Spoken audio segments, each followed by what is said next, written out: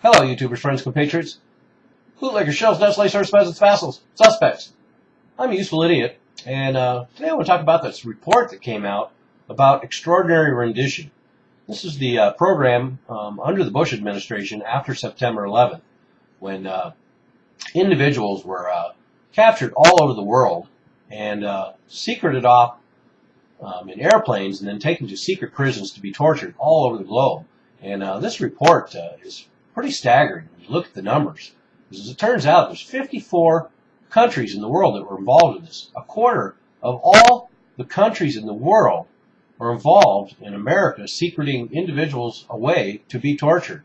And a lot of countries that were involved were just allowing their airspace and airports to be used, like Finland. But a lot of the countries had black sites, and a lot of this information has been gathered from investigations in all these individual countries.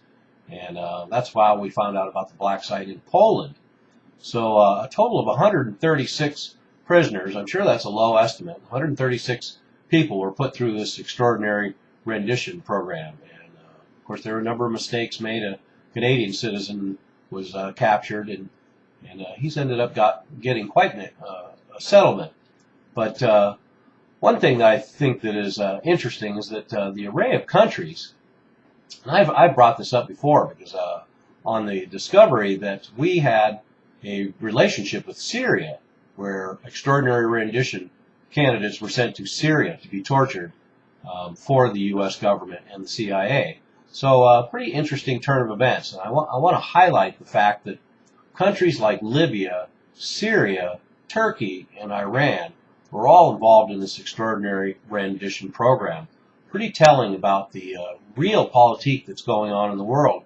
These sworn enemies, these axis of evil, as Bush called them, and yet we were hiring their governments and their intelligence to torture people for us. And the list is pretty staggering, 54 countries.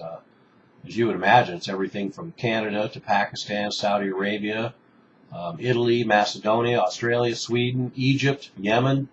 But I find the most interesting examples, of course, are Libya and Syria and Iran.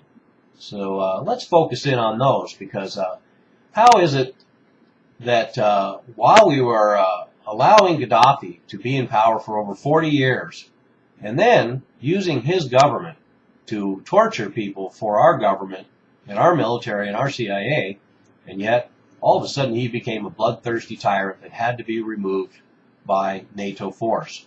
Point one. Point two. Now we have Syria.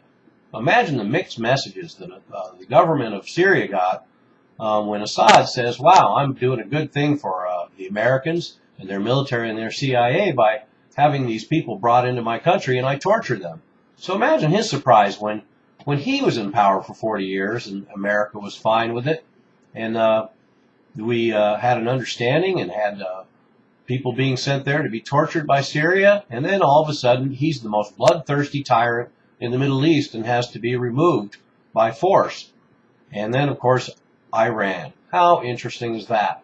That Iran, after the September 11th attacks, they cooperated in our assault against Iraq and also our assault against Afghanistan. And then, as it turns out, we're also participating in extraordinary rendition.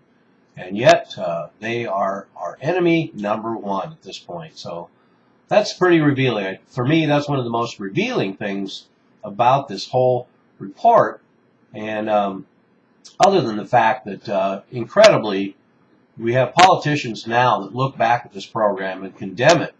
And yet now we have the National Defense Authorization Act that allows American citizens to be detained and tortured here in the United States. So it's kind of nice, because now they don't need to send them abroad to be tortured. They can do it right here in the good old USA. So that's probably one reason why that particular extraordinary rendition program ended. Or did it? Let's look at the facts. Well, of course, Obama, as so many other things, pledged that he was going to end torture and issued an executive order to close sites around the world. But what a surprise. Extraordinary rendition continues, torture still continues, and all those practices continue. And so there you have it. So once again, we have a great continuity between the Bush and Obama administrations, and this information, although it is relevant to the Bush administration, of course, is relevant to now because probably very little has changed.